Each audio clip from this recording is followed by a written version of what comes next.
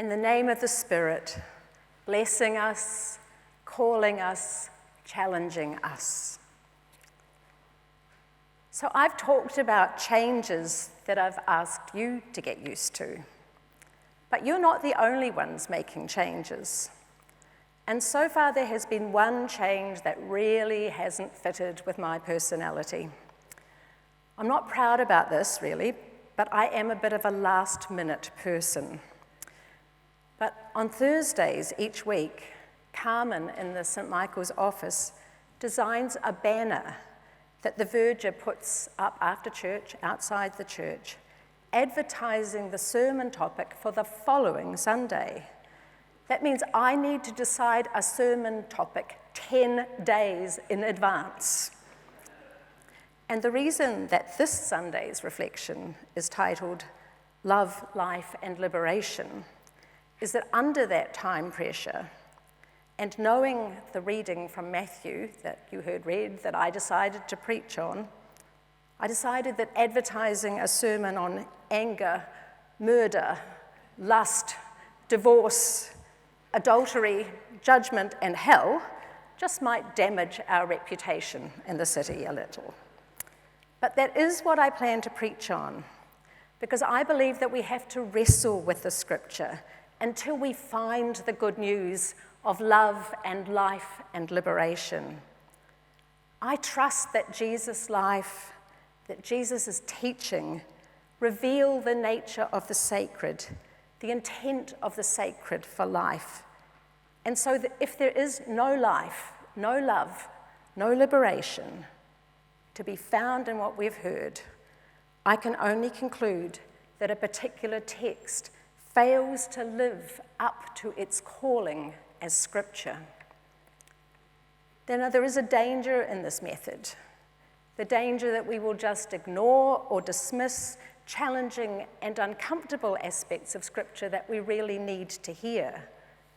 And the only way to mitigate the danger is to do the hard work of interpretation. I also wrestle with difficult and disquieting scripture because I know that some parts of the Bible have been used to harm people. They have become texts of terror. For some, the text from Matthew's Gospel, in which Jesus speaks of these things, of anger and murder and lust and divorce and oaths and judgment and hell, for some that text is a text of terror. Anyone who has been threatened with hell as an eternal punishment because of who they are, anyone who is divorced and been told that divorce is a sin, anyone who has been told that they should not be angry about injustice, knows this passage as a text of terror. And some people might think, well, we just shouldn't read it in church. But if we don't read it in church, people who have been spiritually abused still know that it's in the Bible, and the damage of misinterpretation is not addressed. And likewise, if we read it in church and don't interpret it, we perpetuate terror and harm. So what can we 21st century people say about Jesus, who moved on from the powerful blessings of the Beatitudes that we heard last week to have a rant about anger, lust, divorce, oaths, and hell? Where is the good news for us and for our world in that? In wrestling with this text, I have come to the view that it contains both timeless wisdom about how human beings might resolve serious and divisive differences, wisdom about reconciliation, and it contains an appalling view of God that we must reject. Matthew's rendering of Jesus' words has made the passage inaccessible. It appears to expect from Jesus' followers a more rigorous obedience to law than was demanded in the Hebrew scriptures, denying the liberation that we yearn for. The escalating threats of punishment seem to contradict the wisdom of reconciliation.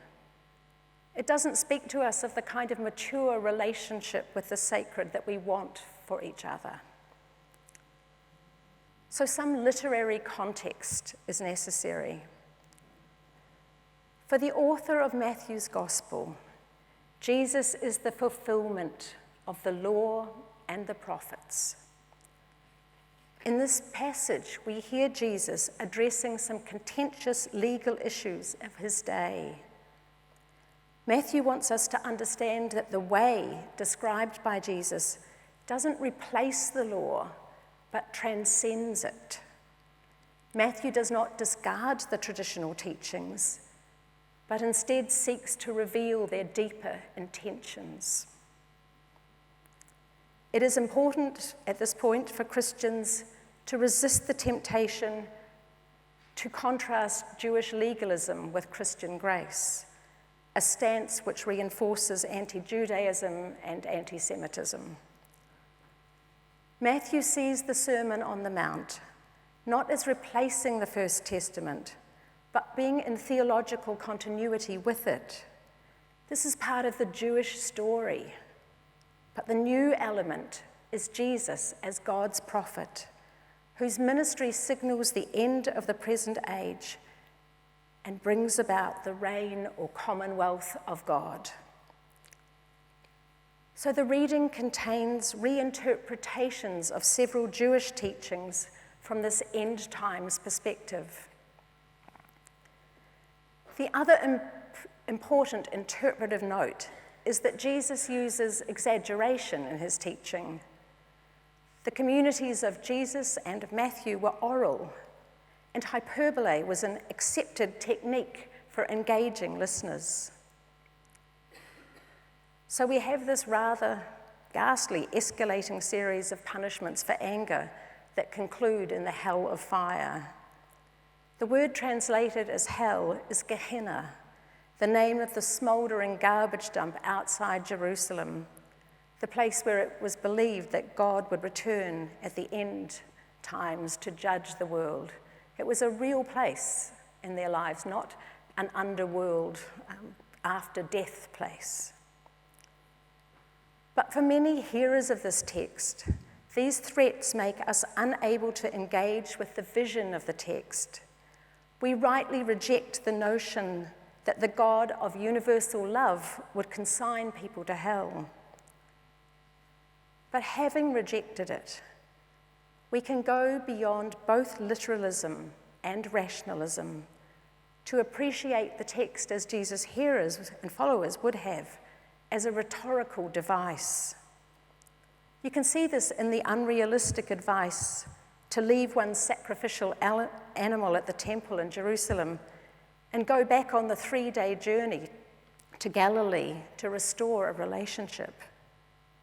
There are extreme recommendations to cut off hands and pluck out eyes. Jesus did not intend these to be taken literally. He's using vivid language to impress on his hearers that if they cannot learn to deal with anger and jealousy, lust and dishonesty, they are not living according to the will of the Holy One for their lives and for their relationships. So in the first section, Jesus links anger and murder. This is not a general prohibition against anger. It explicitly addresses the ways in which the anger of revenge and punishment can escalate out of control. When you judge or insult a member of your community, or when you are in a legal conflict, you have an opportunity to avoid the spiral of violence by seeking out the other person to apologize or make amends outside of a legal process. In both the examples, the objective is to restore relationships. Jesus recognizes that humans do get angry. He got angry. But so rather than prohibiting anger, he teaches that it can be transformed by living as a peacemaker, initiating acts that manifest the reign of God in our midst. Ethicist Beverly Harrison wrote, anger is a sign of some resistance in ourselves to the moral quality of the social relations in which we are immersed. She's saying that anger arises in the face of unjust relations, societal or interpersonal. And to ignore or suppress anger renders us unable to love, unable to act for peace or justice. Jesus' concern is what we do with anger. Does it inspire us to non-violent action, or is it a barrier to reconciliation? The next verses are on adultery and divorce. And Jesus expands the meaning of the term adultery to include both intent and action. It's not just the physical act, but also desire and the coveting of another man's wife that constitutes adultery. And this was a text addressed to men. According to Jewish feminist biblical scholar Amy Jill Levine, this expansion had particular relevance for women. She says, by collapsing the distinction between thought and action, the extension of the law against adultery to include lust suggests that no one should be regarded as a sex object. She says, the burden here is placed on the man. Women are not seen as responsible for enticing men into sexual misadventures. Having a sexual response to another human being to whom you're not married is not sinful. However, as moral agents, we have both the responsibility and the capacity to choose how we express our sexuality and to avoid expressions that objectify or cause pain to another. So if the references to tearing out an eye and cutting off a hand are not meant to be taken literally, what might they mean? They are hyperbole, used by Jesus to emphasize the need for an integrity of the self in terms of relationship between intent and action, between attitude and practice. In the verses on divorce, Jesus stands in a tradition that permitted divorce initiated by men, something that became increasingly common when polygamy was no longer practiced. So Jesus places limits on the grounds for divorce. Given God's original intent for marriage, which is just and committed relationship, Jesus' followers are to participate in marriage in ways that will preserve it. Husbands in particular are not to betray their marriage vows by seeking a divorce and leaving their wives vulnerable. In the patriarchal context of Jewish society, Jesus' shifting of the burden of responsibility from women to men demonstrates the radical quality of this interpretation of the law. In our time, about half of all marriages end in divorce. And yet this text has been and continues to be used cruelly to exclude divorced people from Christian fellowship. Such interpretation has no place in a community shaped by the values of Jesus, who knew the sacred as a source of life and love and liberation. It seems to me that obviously there are some marriages that are never going to achieve the hope that is held for them at the beginning of the marriage, and that we are better to free people from such lifeless marriages and to open them to the possibility of new relationships that are loving and life-giving. The church bears a terrible responsibility for the times that it is suggested that women who are experiencing domestic violence should remain in situations of danger. Though God knows leaving a marriage often offers no protection from a man who uses his anger to exercise power and control. Along with the church, our social and legal systems too often fail to protect women and children from domestic abuse. And in the tragedy that happened in Queensland this week, we acknowledge now that in 2020, 8 women and at least those 3 children have died from domestic violence in Australia. In our text, Matthew is already reinterpreting Jesus' teaching found in the Gospel of Mark, which forbids divorce for any reason at all. And so we can reinterpret too, in light of our understanding of God's intent for justice and peace in human relationships. And the final section of the passage is concerned with the taking of oaths. There are some branches of the Christian church that take this very literally. Others think that an oath is acceptable as long as it's truthful. But the point is that everything that you say should be truthful, and therefore there should be no need to take an oath. Jesus calls us to full commitment in everything we say. Let your yes be yes, and let your no be no. These 3 sets of verses both demonstrate the way in which Jesus interprets the law and provide guidance for his disciples and for later followers. As readers of the text, as hearers of the text, we are exposed to Jesus as one who insists on interpreting the law in light of what can be discerned of God, sacred energies, intent for humanity, and so expanding or reframing traditional interpretation. The mandate for reinterpretation is right there in the life and teaching of Jesus. And in mutual, empowered relationship with the Spirit, we too must engage in reinterpreting.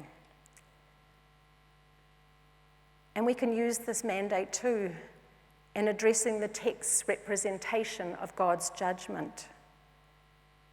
In its original form, it was a way of addressing all that was unjust and unfair in the world, where wicked people seemed to flourish without consequence. People in Jesus' time, living under the oppression of Rome, believed that this could not be what God wanted for the world, and so that someday there would be a day of reckoning. Someday soon, they thought, in which the wicked would account for themselves before God and justice would be done. However, this desire, this initial impulse in the text, has been turned into a weapon used to threaten people to accept Jesus. But Jesus' focus was not to tell people that you'd better change or you'll be done for. He went out to invite people into relationship with love, to offer people forgiveness and acceptance, and this is good news. The notion that some people support, and you can find Bible verses to support it, the notion that God will one day cease to love and will permanently torture people is vile and abhorrent. It is a human projection of the anger and desire for vengeance that we carry. It's violent, and it is wrong, and it needs to be named as such. And I'm not saying that love means that we accept injustice. Love is confronting and demanding, not woolly and wishy-washy. However, an interpretation portraying the divine as non-loving and violent is a very dangerous notion that leads to men concluding that when they are right, they can be violent too. So there is, unfortunately, a correlation between those who advocate this kind of theology and the degree of domestic violence in their communities. It is dangerous. It is not in accord with the teaching and life of Jesus. And to the extent that it does exist in some biblical verses, we are free to reject it as having any authority over us. Having done this, What at first seems like a text that is full of rules and regulations, accompanied by threats of punishment, is instead available to us as a model for a grown-up, engaged relationship with our tradition. An engagement that can sustain us as we seek to be in relationship with the sacred source of life and love, justice and liberation. When we are open to a mature, mutual relationship with the sacred, one that is indeed relational and not rule-bound, we can hear the text speaking wisdom into our lives. In our own intimate and relational lives, and in our church community, we will at times be at odds with one another. There will be times when we are angry with one another. We will have political differences, theological differences, differences about the way things have always been done and should be done.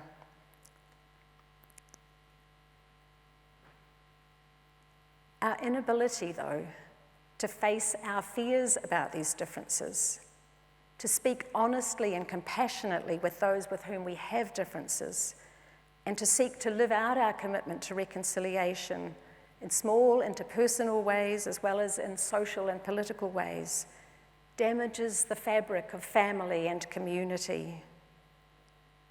The majority of us will not resort to violence, but we may still cause great harm by holding tightly to our anger instead of channeling the energy of anger to work for reconciliation and justice.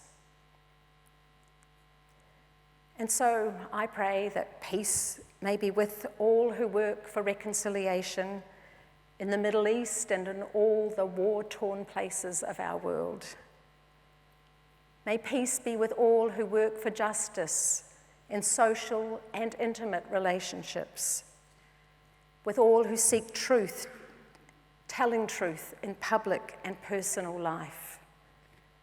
And may peace be with us as we do our work of peacemaking and reconciliation at St. Michael's, following the path of non-violence resistance charted by this Jesus and his community of friends, this beloved community of which we have the joy to be a part. So may it be. Amen.